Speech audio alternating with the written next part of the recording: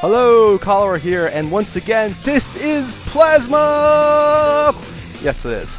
Alright, it's Pure versus C Shield here on the map Plasma. This is Group A of the round of 36 of the Incruit OSL, and the winner of this best of 3 matchup will move on to the round of 16. Here we have Pure, the Protoss player, having just dispatched Hyuk, spawning in orange at the 7 o'clock position. He's going to be facing C Shield, C spawning in red as a Terran player at the 11 o'clock position. Both players are very good in the Pro Leagues and yet have not made much of a splash on the individual leagues, especially C, who's been around for several years, has excellent statistics overall, but just can't make it for some reason in the later stages of the MSL or OSL. He is 60% against Protoss, Pure is 50% against Terran, and C has been the new media wonder child of the foreign fewer foreign observers like us, because he played on recently the Team Liquid.net Team Liquid attack.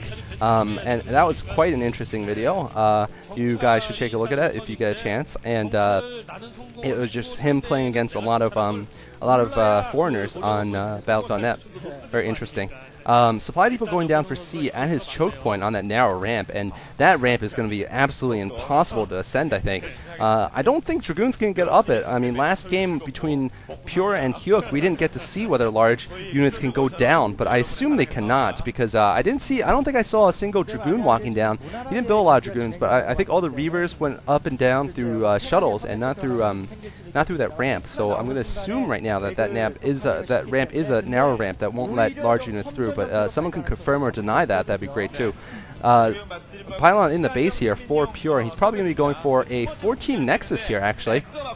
So we're going to see a very fast expansion from him.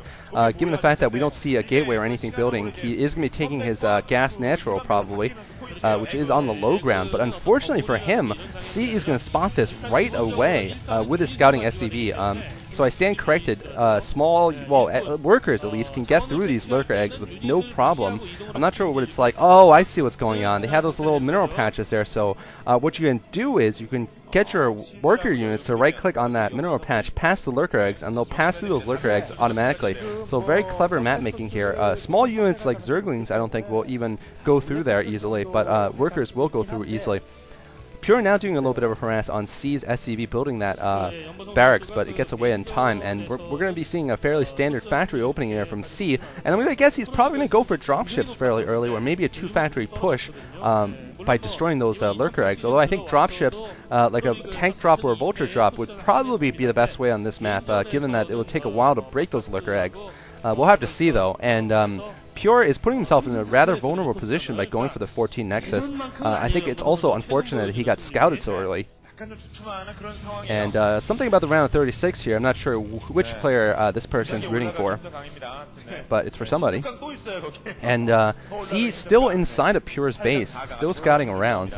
And by the way, in the Team Liquid attack, let's just say C's skill level is a bit higher than most of the foreigners he plays against. It's amusing to watch. I think the gap between the best foreigners and the best, and even the worst pro league, pro gamers, is just widening by the year, unfortunately. I think it's gotten to a point where it's almost impossible to bridge, in my opinion. I mean, Hydra is over there, the only American over there in the Pro League at StarCraft in Korea, but I don't know.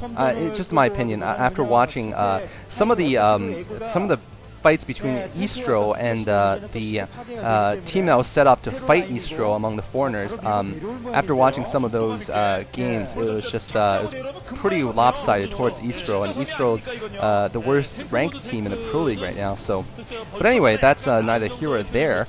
More scouting going on for both players, and we're seeing a 2-factory build here from C. So C not going for his expansion, instead getting double machine shops here. So he's going to be going for a fast vulture rush here, I think, or perhaps a siege tank vulture rush. But certainly he's going to be upgrading mines and siege at least, or maybe mines and speed actually. But I'm going to assume mines and siege because I don't see C building a starport just yet.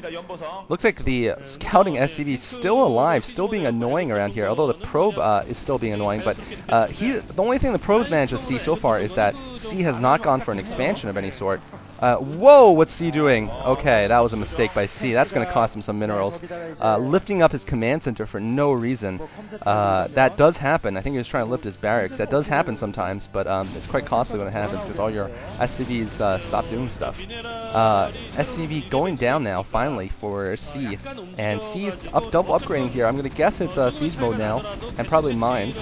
He's going to be taking down the lurker eggs and going by land over to Pure's base, and I'm not sure what Pure is going to have to deal with this. C now getting siege mode up, and now just puncturing those eggs quite quickly. Stargate going up for... Whoa, a Stargate going up for Pure. What is he doing? Pure looks like he's going to be going for a very, very fast carrier rush here. Ladies and gentlemen, this is some very ballsy and innovative play, and unfortunately against a very solid player like C, I'm not sure if innovative is the best strategy, especially because C has dealt with carriers very well in the past, and now he's going for a 2-factory build. In fact, I think Pure, when he saw the 2-factory build, should have hesitated before going for a fast carrier build like this, because it's just going to be really, really difficult to stop this 2-factory build after committing resources to a Stargate, of all things. And yeah, Pylon being built in one of C's expansions, by the way. I have no idea why it's there. I think it's just a spot for the expansion, but at this point he's got more bigger fish to fry here. He's got 2 siege tanks inside of his base, although he's going to pick off these siege tanks, actually. C getting killed here, I think, by the probes. Yeah, the probes are going to take down those siege tanks, although at the cost of a lot of probes. And still more siege tanks coming in for C. 1 siege tank left, and more reinforcements coming down for C.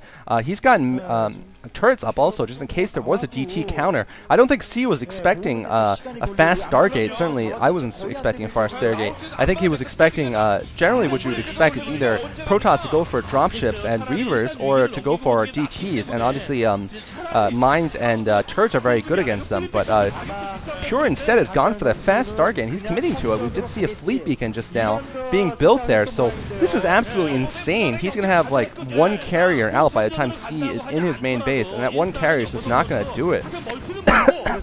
This reminds me of my brother's playing. My brother's 12, and he loves to go for carriers. They're the easy man's, the lazy man's unit of choice, of course. All you have to do is attack and move with them. They're pretty much the easiest unit to use successfully.